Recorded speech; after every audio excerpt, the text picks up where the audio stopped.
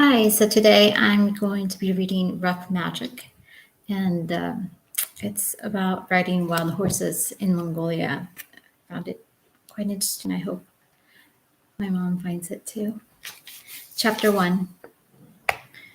It was May 2013 when I was cooped up in an attic in Austria, au pairing for a family with six Ferraris. They lived in a converted hotel in the jaws of the Alpine Valley. Lara, Lara, every morning the mother shrieked my name up to the endless floors. Time to feed the baby. I had taken the role to practice my German, but she only spoke in English. My jobs varied from sitting with a toddler to hoovering up the dead skin that snowed from his father's bottom. The family never left the house except to get in their cars, which they kept tucked up in the garage. They viewed the valley through window frames as you would a photograph. So sedentary a lifestyle in such physical surroundings made me itch. At night, I hatched plans to creep up the mountain and slide down the other side into Switzerland. Yet the mother looked appalled when I so much as suggested running to the church and back.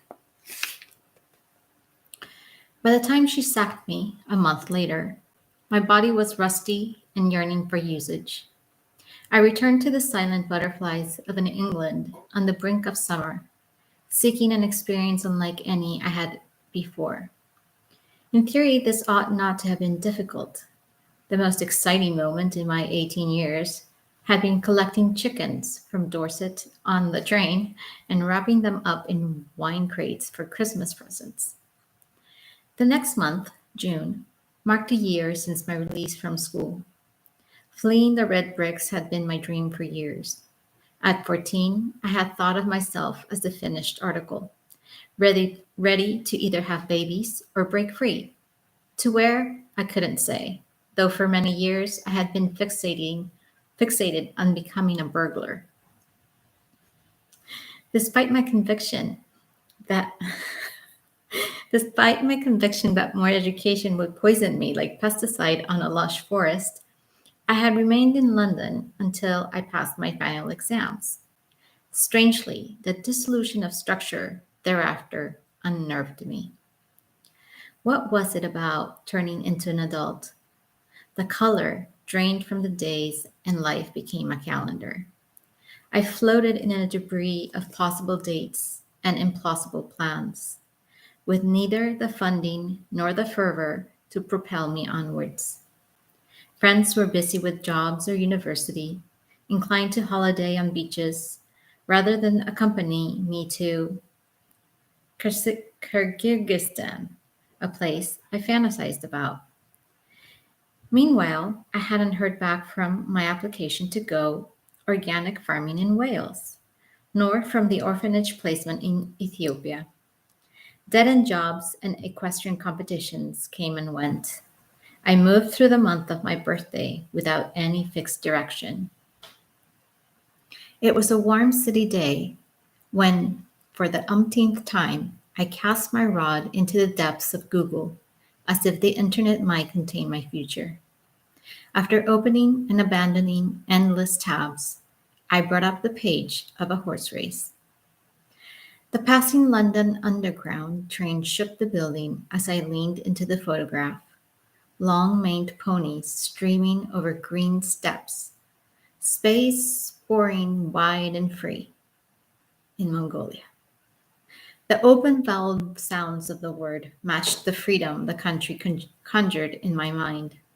I couldn't place Mongolia in history, nor could I place it on a map. The magnolia tree outside the window had passed full bloom. Its pink petals were turning brown on the pavement.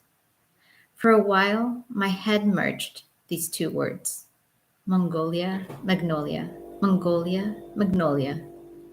I had spotted the Mongol Derby online many years before, but the entry fee was exorbitant, around £4,500 at the time, and I knew I'd never afford it, at least not until I was towing some dull job along in my 30s.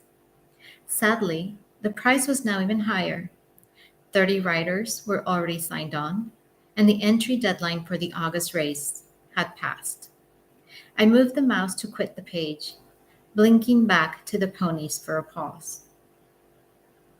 Here was a truly peculiar invention, a 1,000-kilometer race on 25 wild ponies, a new steed for every 40-kilometer stage to ensure the endurance fell on the humans, not the horses. A Pony Express style format that mimicked Genghis Khan postal system, but seemed from afar more like a perfect hodgepodge of snakes and ladders and the Tour de France on unknown bicycles, a competition they deemed the world's longest and toughest horse race. I moved the mouse back into the page and worked out there were 7 weeks until the start gun. The entry portal seemed to still be open, despite the deadline having passed. Mustn't squish the mole that lives in my heart. Apply. Click.